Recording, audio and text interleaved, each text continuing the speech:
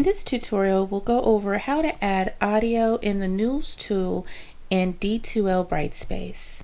Starting in the home page, you can go to the News section on the left column and either hit the downward arrow to go to New News Item or click on News.